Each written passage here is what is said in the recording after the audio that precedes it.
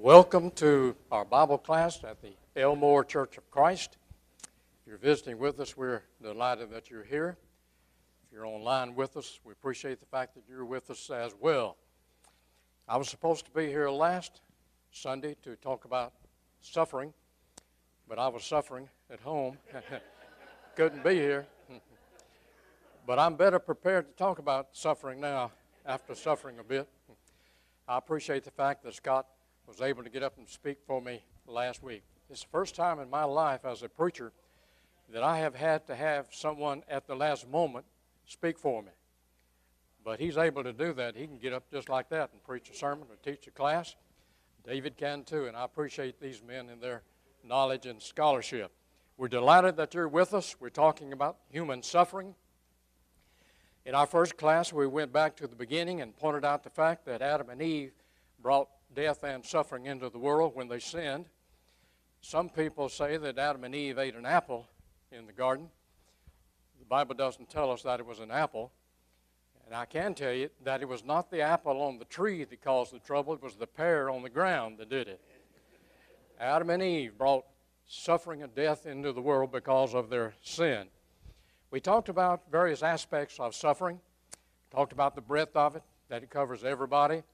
We talked about its age. It goes back to Adam and Eve. We talked about the seriousness of it. It can rob a person of his joy and peace in life. And it can also affect his faith if he's not very careful. We were talking about the frustrations of suffering at the end of the class the last time. And it is my opinion that it is at the point of frustration that suffering poses the greatest threat to our faith. When people reach the point that they don't understand why they're suffering and they don't see any way out of it, it becomes very frustrating to them. And sometimes so frustrating that their faith begins to waver. And sometimes people give up their faith in God entirely because of suffering. So you see, it is a very serious matter. But I haven't helped you when I point out these various aspects of suffering. Not very much, at least. But until I can point you to the right source of help and hope, it won't do much good to know all those aspects of suffering. But in this particular series, it is my purpose to point you to the source of help and hope. The fact that we reached the end of our rope does not mean that we have reached the end of our hope. We have hope in Christ, and in Him we can find strength to overcome the storms of life, and we can come through them stronger people. And so we need to remember that there is a source of help. I remember when I was preaching down in Wildwood, Florida, a man moved from Tallahassee, Florida, down to Wildwood. He had been a professor at Florida State University, but he had become involved in using drugs and had lost his position and job. He came to Wildwood, I suppose, because he had a brother who was a member of the church. And this man moved to Wildwood, and he had to take a little piddling job, a menial job, in order to live. And he'd been a professor at Florida State University. I remember when he came to see me in my office and sat across my desk and wept as he begged me to help him overcome that addiction. He was suffering mightily. And his faith in God had been shaken. And I've seen it many times, and no doubt you have too. It is a dangerous time when we become so frustrated that we don't know why it's happened, or we don't see any answers to it. And so it shall be my purpose in this series to try to point us to the right source of help. There is help. When I was preaching in Atlanta for the Avondale Church, a couple came to Atlanta to go to school. She was working on a doctorate at Georgia, University of Georgia. He was working on his master's degree at Georgia Tech. She was a Christian, but he was not. He came from a religious background in which he was steeped in Calvinism. But he was coming to the services with his wife. And so I made friends with him and asked him if he would study the Bible with me.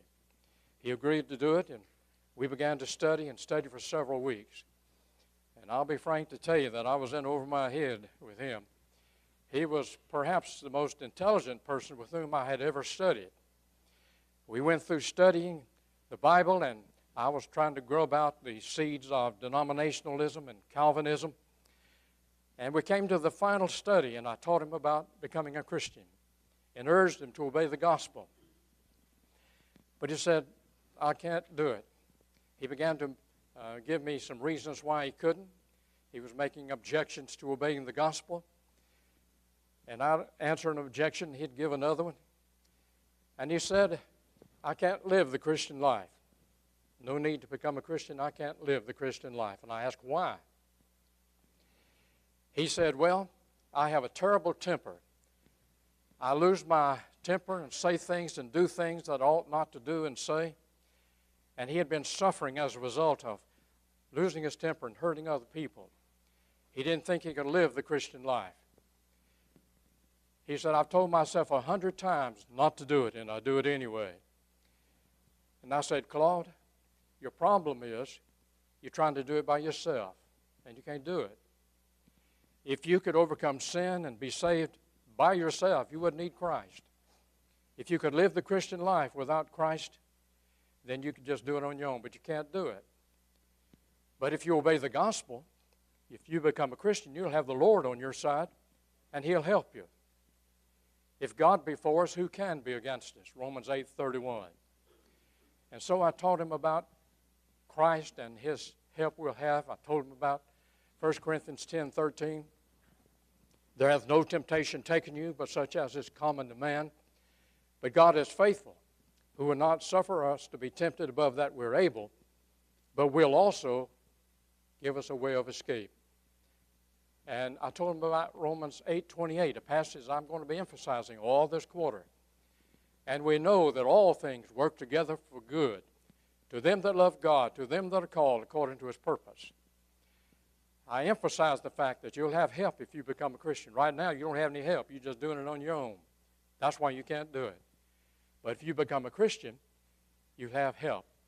There's hope in Christ. Then you said, that just leaves one other thing. I was all puckered up to try and answer another objection. And I said, what is that one other thing? He said, I need to be baptized. It was my privilege to baptize Claude into Christ. And I saw him grow and overcome that weakness that he had. Became a great servant of God. He learned to teach Bible classes. He preached. He did mission work in Africa. He became an elder in the church. He wrote articles that were published in the Gospel Advocate. That's top of the line.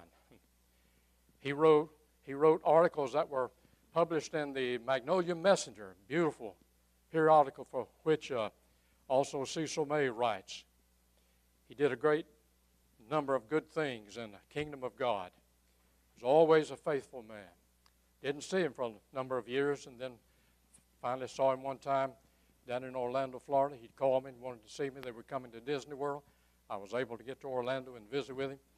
Then I didn't see him for a long time again. He went to Texas. There he became a college professor along with his wife, elder in the church. And then about 4 years ago, he called me and said he wanted to come to the Faulkner Lectures. Francis had died of cancer, and I suppose he was trying to renew his strength. He came to the lectures. Afterwards, he told me it was the best lectureship he had attended. He had gone to 5. He said this was the best.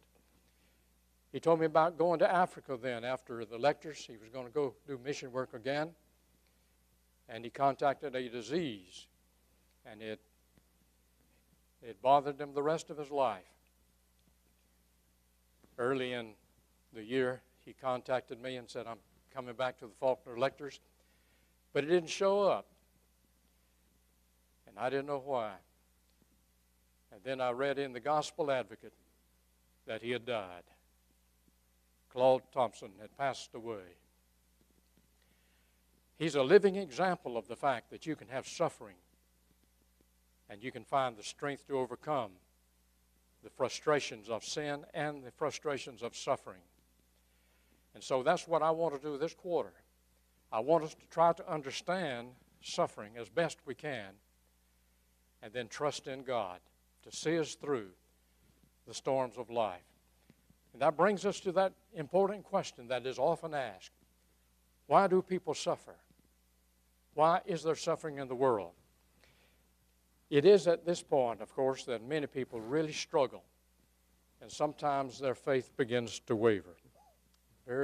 This very question has shaken the faith of some people. I remember when I was preaching in Atlanta, we had a very fine family there. He was 38 years of age. He and his wife had 3 little boys. He was a banker, faithful Christians. He went to work one Monday morning at 10 o'clock.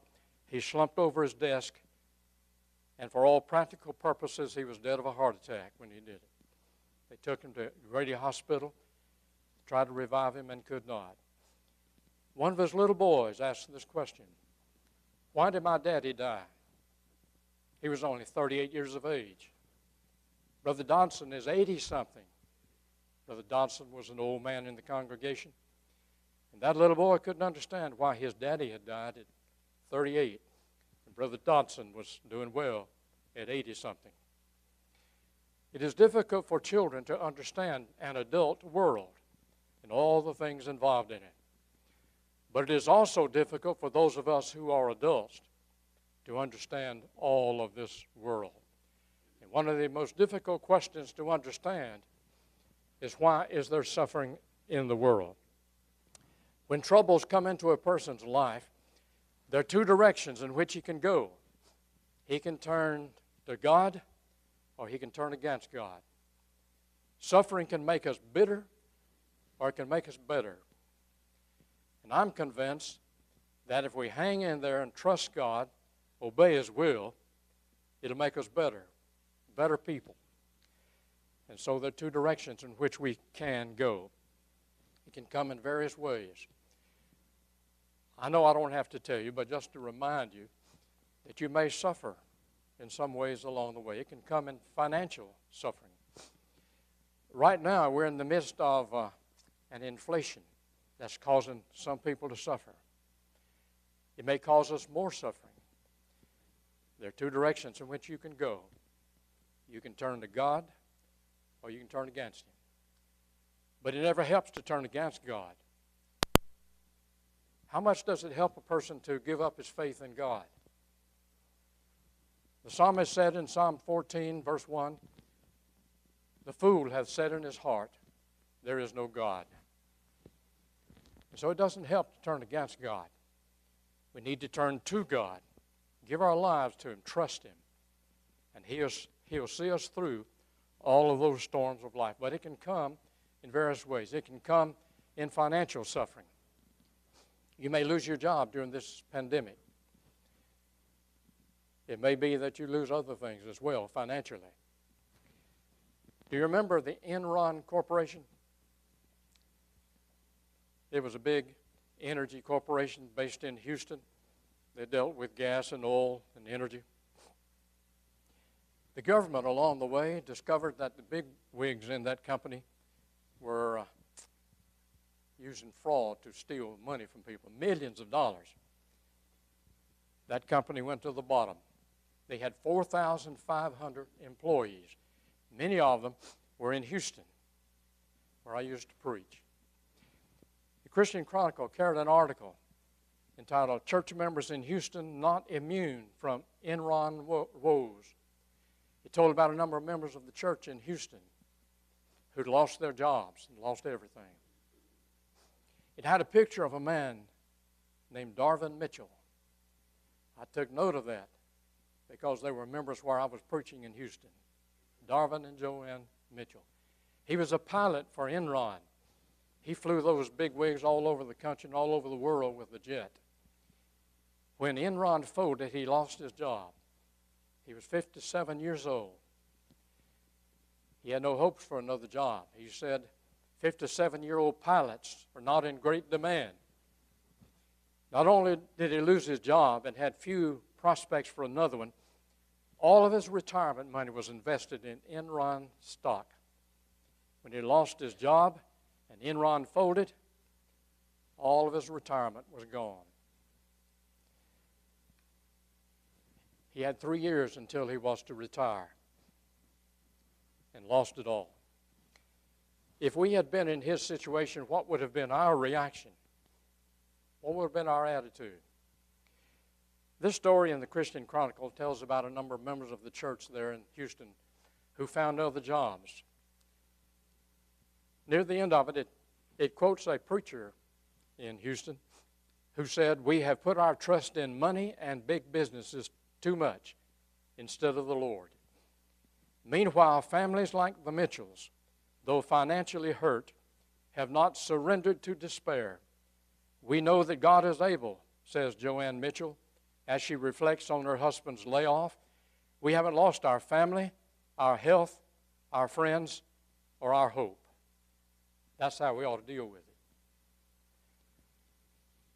They had faith in God, and they trusted Him, even though they had no prospects for a job or for money to live on in retirement. They hadn't lost the things that really count. We too need to remember that when financial difficulties come, we still have God. When we become frustrated and we reach the end of our rope, that's the time when we really need to realize that we have God on our side. It sometimes comes in financial difficulties. Sometimes it comes in loss of health. In all of my preaching years, I've dealt with a number of people who have lost their health. But I've seen many people who did not give up their hope, their faith in God. Sometimes it comes in bereavement. Sometimes our loved ones die, and we are bereaved. I've seen that a lot. When I was preaching for the Dalrater Church in Montgomery, I conducted approximately 100 funerals for one congregation. 100. I've seen a lot of bereavement. But I've seen folks who had faith in God, and they faced it and overcame it because the Lord was with them. And so I want to emphasize the fact that there is help and there is hope when you get into some sort of suffering. God is the answer. Now, I have said that it can draw us closer to God, or it might take us away from God, depending upon our attitude. You might ask, well, how can it help us? How can it strengthen our faith when we have suffering? If it drives you to God, you'll be stronger. If you turn to the Word of God, it'll make you stronger. Sometimes when people lose a loved one and they talk to me because of the fact that they're suffering, I recommend that they read the book of Psalms. Begin in the beginning, read it slowly, carefully, and imbibe its teaching. And that'll help. There was one lady who had lost a loved one and was in great distress. And she was told to read the book of Psalms. And when she finished it, she said, whoever wrote the book of Psalms knows what life is all about. And that's right.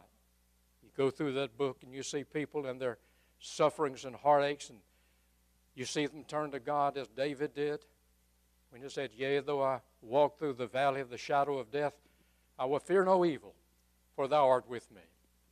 And you see those people come through that suffering stronger than ever. And so if we suffer like that, my advice would be turn to the Bible. Especially read the book of Psalms, and it'll strengthen your faith. It can make us better, or it can make us bitter. Now, I have found that one of the reasons that many members of the church have their faith shaken is because of unwarranted and unreasonable expectations. Isn't it true that many members of the church feel that they are promised that if they live the Christian life, if they're faithful Christians, they won't have to suffer? Now, that's unreasonable. That's unwarranted. The Bible doesn't teach it. The Bible nowhere teaches that if you are a faithful Christian, you won't have to suffer. You can understand then why a person might have their faith weakened If he's a Christian, faithful Christian, serving the Lord faithfully, and he runs into bereavement, you can understand why some might have their faith weakened. But it's because they have an expectation that is not based upon the Bible. The Bible does not teach anywhere that you'll never suffer if you're a Christian. What does it say? Yea, and all that live godly in Christ Jesus shall suffer persecution. 2 Timothy 3:12. And remember that passage we noted a while ago, Romans 8:28. And we know that all things work together for good to them that love God, to them that are called according to his purpose. Why would God give us a promise like that if we're not going to suffer? If we're not going to have any trouble, why should he give us a promise like that? It is because we will suffer. There will be troubles and problems that we need that assurance. It'll come, but we have God to help us. He'll make everything work together for our good. Well, when we come to that question, why do people suffer? It's a difficult one to answer. And you remember that I have said, I will not be able to answer completely all of your questions. I don't know of anyone who will be able to answer to your satisfaction every question that you might have. I believe that we can understand a great deal about suffering. That's what we're going to try to do. We might be able to answer some questions, but there may be some that we'll not be able to answer. Now, let me give you an illustration of what I mean. When I was preaching in Atlanta, we had a young couple attending the services. She was a Christian, but her husband was not.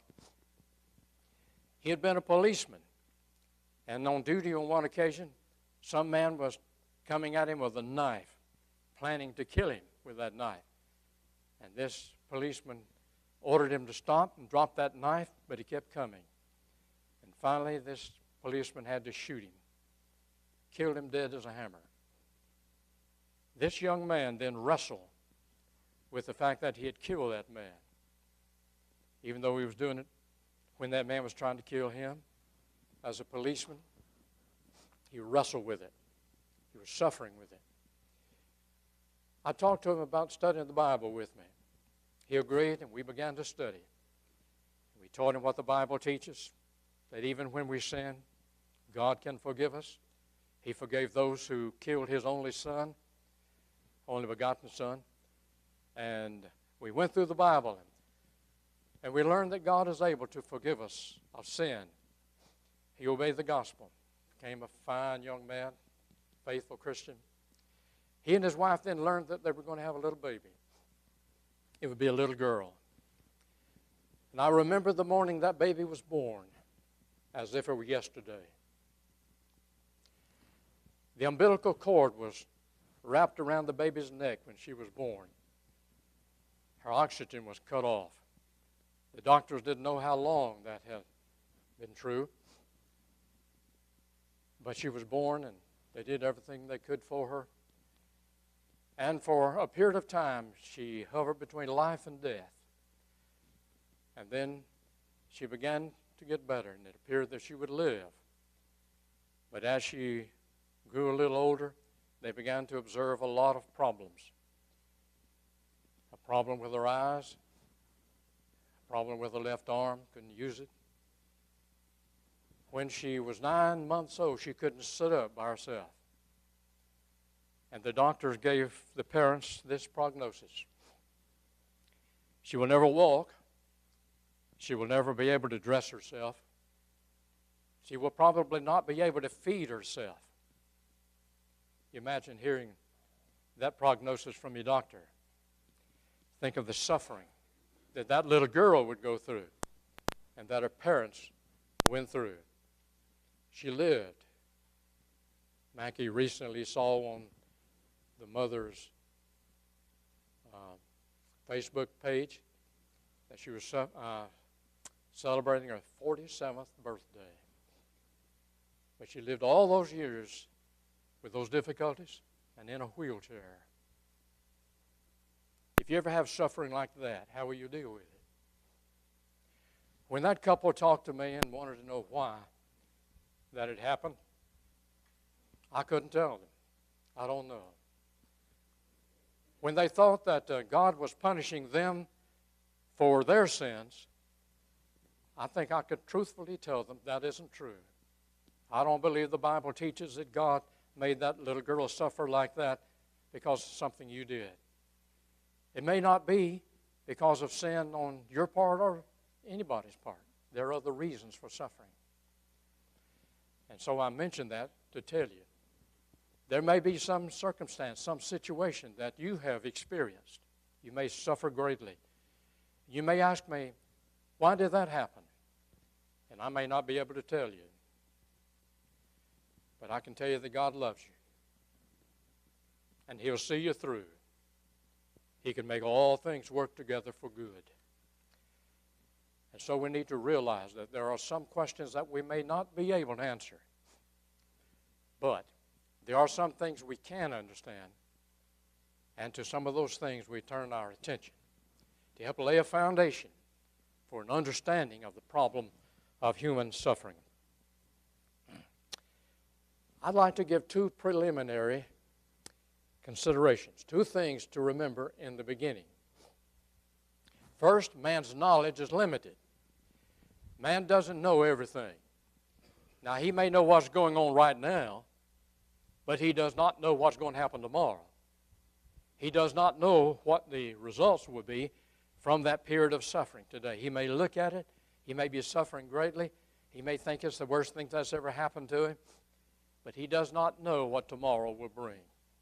Solomon said in Proverbs 27 and verse 1, "Boast not thyself of tomorrow, for thou knowest not what a day may bring forth."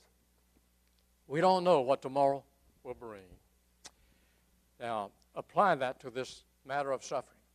You may be suffering today, and you may think it's the worst thing that has ever happened to you, and it may well be. But you don't know what the end result will be.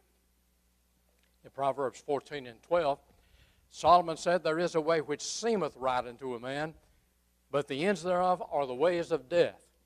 He may think a certain thing, but it may not be true. Now, when you read, do you begin on the left of the page and read to the right?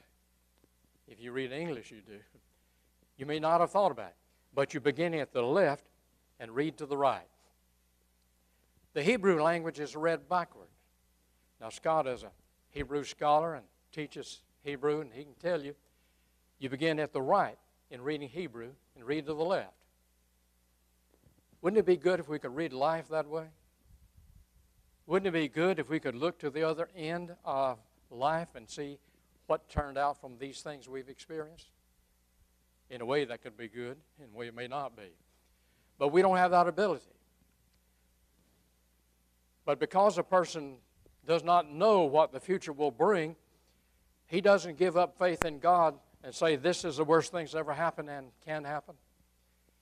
You to wait a while and see how it turns out. And then you may say, well, really, it's good. It was really good. Now, I'd like to refer to a story in the Bible, and you may think it's elementary and you know all about it, and that may be true, but you may not have looked at it from this standpoint. You remember the story of Joseph. Now, Joseph was the son of Jacob, the 11th son of Jacob. They were Hebrews, God's people. God had determined to save the world through this nation, to bring Christ into the world through this family of people. And Jacob had 12 sons: Reuben, Simeon, Levi, Judah, Dan, Naphtali, Gad, Asher, Issachar, Zebulun, Joseph, and Benjamin. If I miss one, tell me later. 12 sons. Now, that's a lot of sons. That's better than having too many, but that's quite a number, you know. And one daughter. The 11th son was Joseph. You remember that Jacob loved Joseph. He was his son of his old age, and before Benjamin was born, it probably began. And he showed partiality toward Joseph. And that stirred up some resentment in his brothers. They could tell when Joseph was given a coat of many colors. I don't read in the Bible that Jacob made a coat of many colors for the other brothers. he showed partiality toward Joseph. And that began to build up resentment toward Joseph. And Joseph himself may have helped with that unwittingly. He dreamed that his brothers, older brothers, would bow down before him. And he told them about it. You can imagine how they felt when he told them, I dreamed that you guys are going to bow down before me. You can imagine that that helped fan the flames of that resentment. And then I see a third thing, though the Bible doesn't tell us this. This is opinion. It may be that Joseph was given light work, and he didn't have to work as hard as his brothers. You know, the brothers were away from home watching sheep, doing all that work. Joseph was at home. Now, those other brothers probably would have been willing to trade places with him, be at home, sleep in his own bed, but they were off working. And Jacob sent Joseph to check on them. And when they saw Joseph coming, somebody said, here comes the dreamer. You know what they were talking about. The dream that Joseph had told them about. One day they'd bow down before him. Joseph didn't know what that meant. They didn't know what it meant. And somebody said, let's kill him. That's how bad their resentment was. But an older brother talked them out of that. They put him into a dry well, apparently, some sort of hole in the ground. And at night, probably, as they sat around the campfire, Joseph may have heard them talking about what to do about him. Don't you know, he began to ask, why is this happening? Why is God allowing this to happen to me? Some Ishmaelite slave traders came by on the way to Egypt, and they thought they might just sell him and get a little money out of him. Instead of killing him, they could get a little money, and they sold him. And when Joseph was led away from that camp, he probably thought he was seeing his brothers for the last time.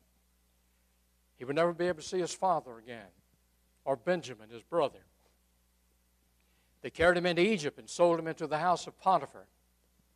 Potiphar made Joseph his chief servant in his house, turned everything over to him. And all the while, I can just hear Joseph asking, why is this happening to me? Why is God allowing this to happen to me? I'm trying to do right. Joseph must have been a good-looking young man. Potiphar's wife began to lust after him. She had tempted him to commit sin with her, but Joseph was moral and pure. And one day when he was the only man in the house with her, she grabbed a hold of him and said, lie with me. And Joseph said, how then can I do this great wickedness and sin against God? Joseph was moral and pure. She lied about it, told her husband that Joseph came in to molest her. And she said, here's proof, here's his coat. But I can just imagine Joseph pulled away from her, leaving the coat in her hand. Potiphar had Joseph thrown into prison. Here is an innocent young man, fine and pure, faithful to God, and he's thrown into prison. And I can just hear Joseph saying, why is this happening to me? Why is God allowing this to happen? Joseph has not read the end of the story, but you and I have. He was thrown into prison. Potiphar put two of his servants into prison, the butler and the baker. And they dreamed. And Joseph was given the power to interpret the dreams for them. The butler's dream meant that he'd be restored to his position. The dream of the baker meant that he was going to be hanged. And it came to pass exactly as Joseph had predicted. 2 years passed. Joseph lingered in prison, no doubt wondering all the time, why is God allowing me to suffer like this? And then Pharaoh dreamed a dream, or dreams, and his soothsayers could not interpret them. And he talked, no doubt, to everybody about it, and one of his servants, the butler, said, I remember somebody who can interpret dreams. I was in prison with him. Pharaoh had Joseph brought out of prison before him. And Pharaoh told him the problem. And Joseph interpreted the dreams for Pharaoh. And the dreams meant that there would be 7 years of plenty.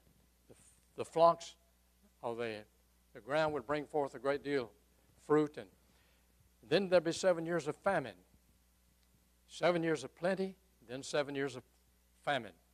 And Joseph recommended that Pharaoh gather up the extra food not needed during the years of plenty so it can take care of them during the years of famine. And that's what he did.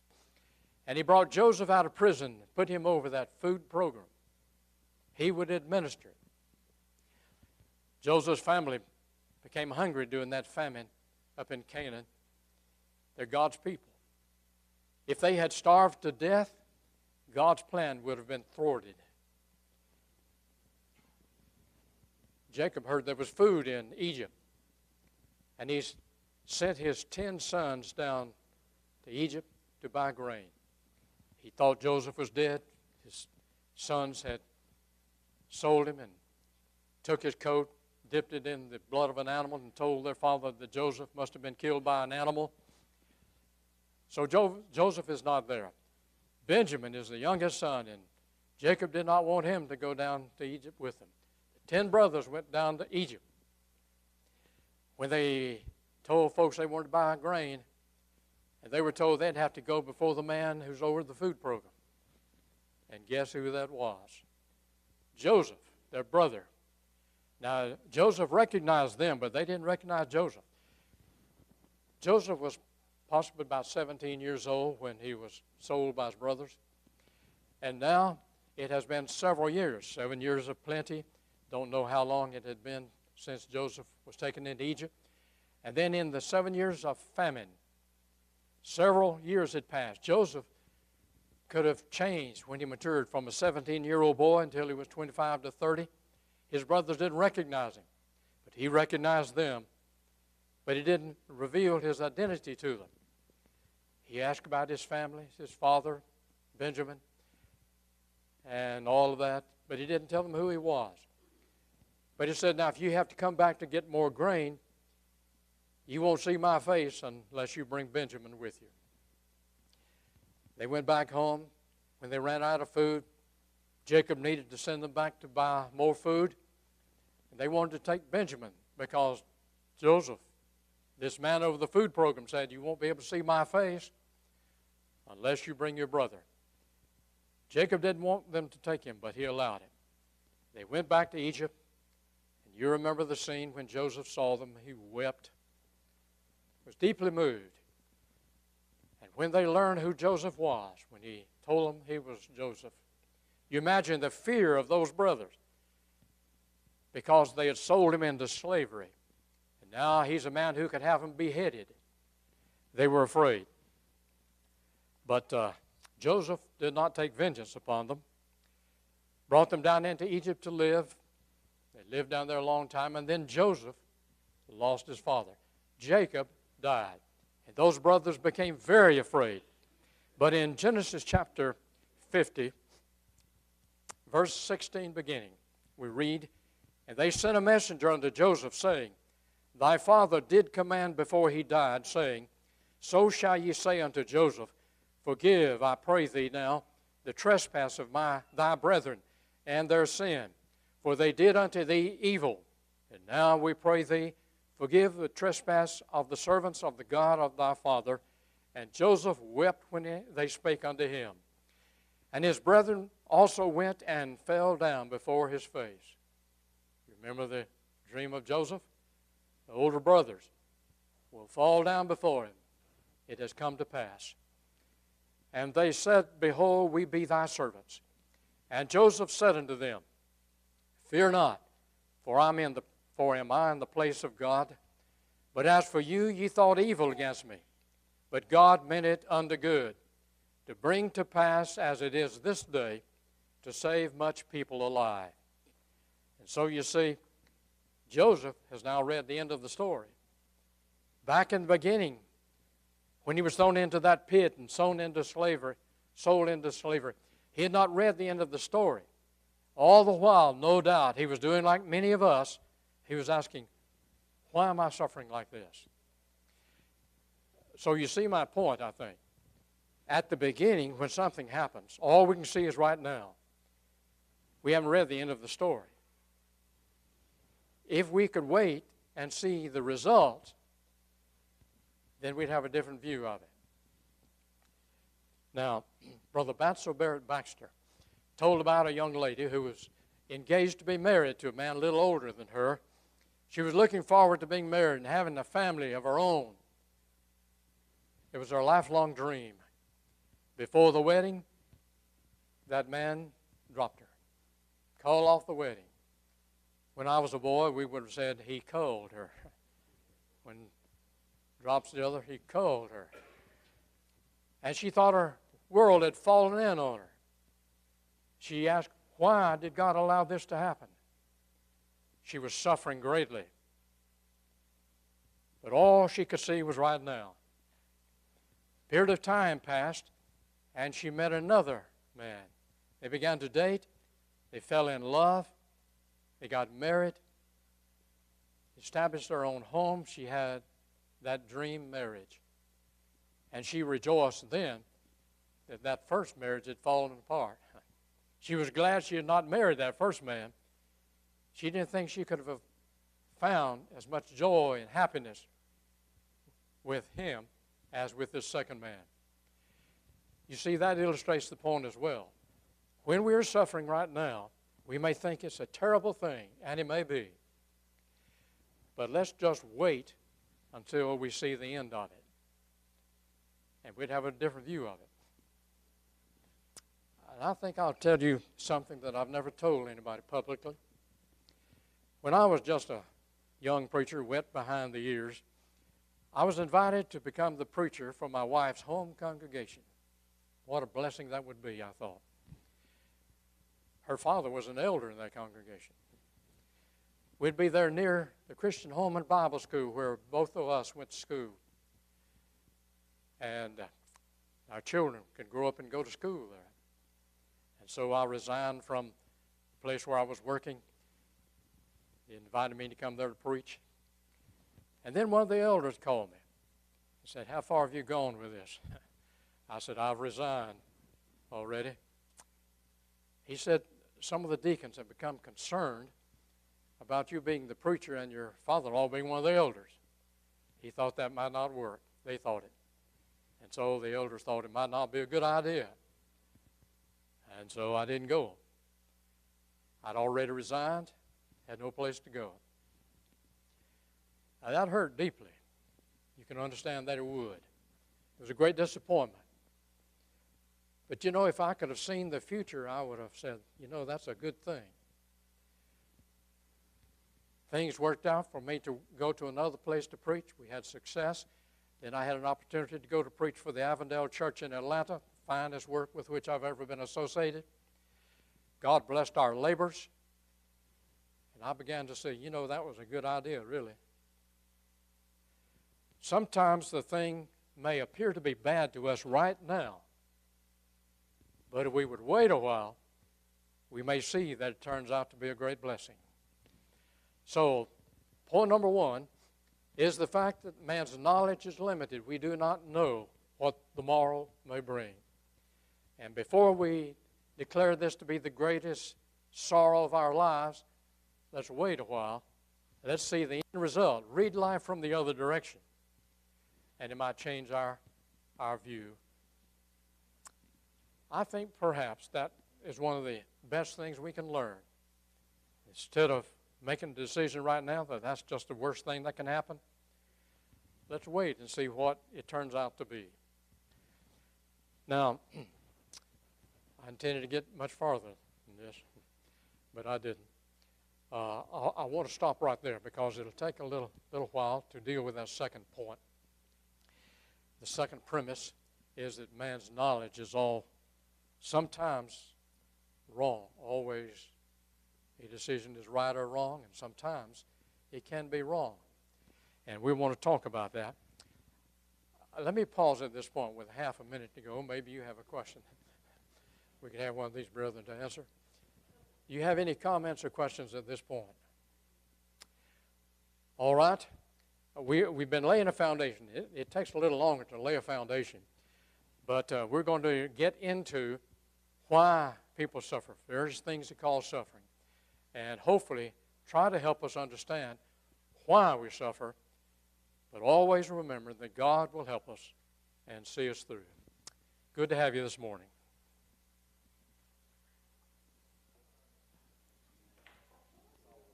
Thank you. Thank you, sir.